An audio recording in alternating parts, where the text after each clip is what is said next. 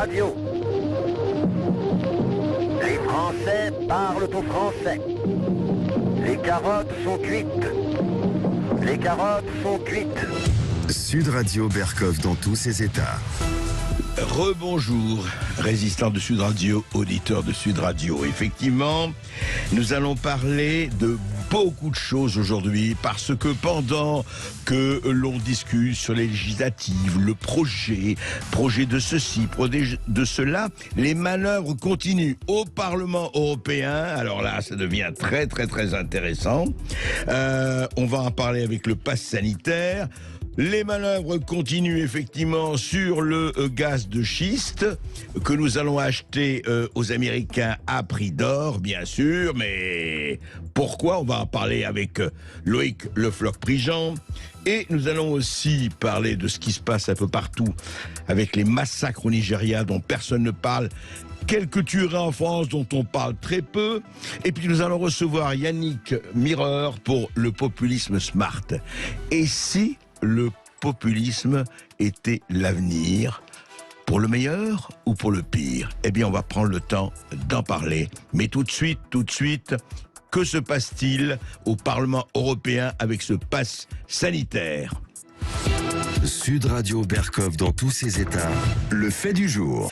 Si on n'a pas son pass sanitaire, attendez, je crois que c'était fini, le QR code, tout ça, le pass vaccinal. Ah, ça va peut-être reprendre après les élections. Mais non, ne prévoyez pas, ne soyez pas chagrin comme ça. Mais en attendant, quelque chose s'est passé.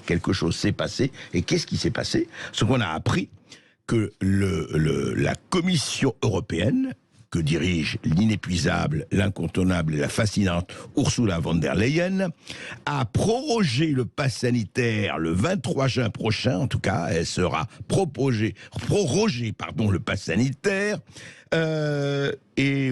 jusqu'à, on ne sait pas, enfin pour une durée indéterminée, mais surtout sans débat parlementaire. Virginie Geron, bonjour. Bonjour. Bonjour Madame le député, on vous a déjà reçu et toujours avec plaisir.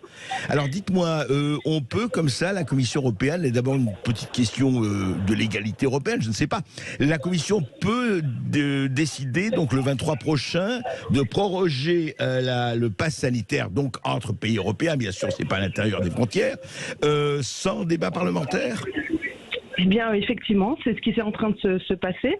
Ce dossier a été mis au vote le mois dernier pour en fait donner le pouvoir à la Commission représentant au Parlement de faire un trilogue. Alors c'est très sauvage comme mot, mais en fait oui. C'est une négociation entre plusieurs institutions et sans débat parlementaire. Alors que c'est un dossier très important puisque ça touche nos libertés, la liberté de circuler, la liberté de travailler.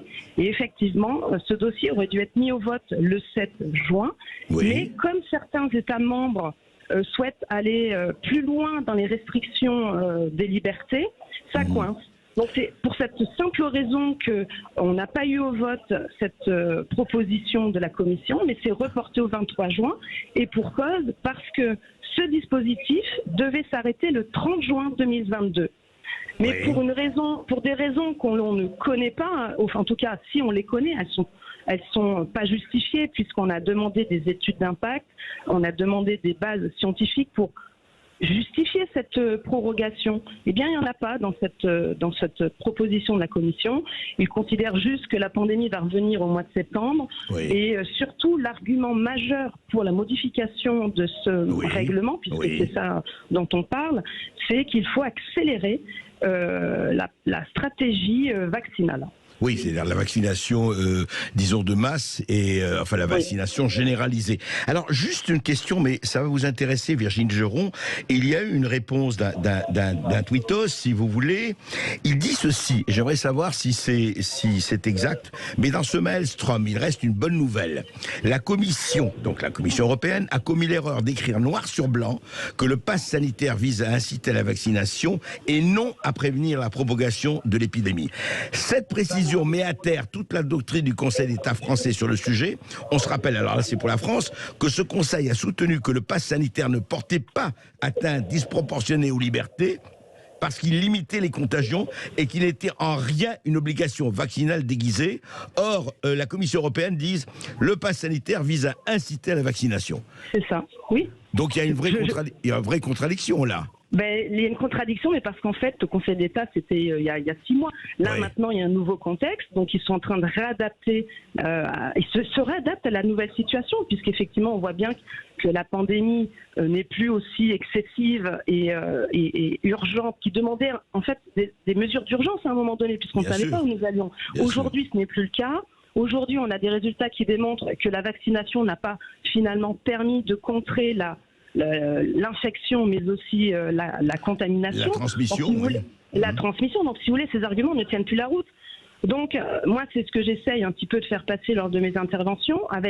Je source tout, donc je reprends exactement les termes de la Commission. Effectivement, il ne se cache pas de dire que pour cette extension, il se base sur une volonté de vacciner au maximum. Et c'est pervers, parce qu'en plus, dans cette proposition, il y a donc une volonté de continuer donc à maintenir ce certificat numérique Covid avec toujours les mêmes 3 mesures, c'est-à-dire la vaccination, le test et le rétablissement. Ils ont rajouté. Mais ce qui est marrant, ou pas, hein, en tout cas, ce qu'ils mettent en plus, c'est que même ceux qui vont participer à des essais, sur des nouveaux vaccins, pourront avoir ce pass. Ah oui, d'accord. Oui, ça sera étendu. Donc, en fait, on le sait, c'est le cache, le cache-misère ou le cache-sexe d'une vaccination obligatoire déguisée, quelque part. Oui, en fait, c'est ce qu'on a vécu, nous, en France. C'était exactement la même chose.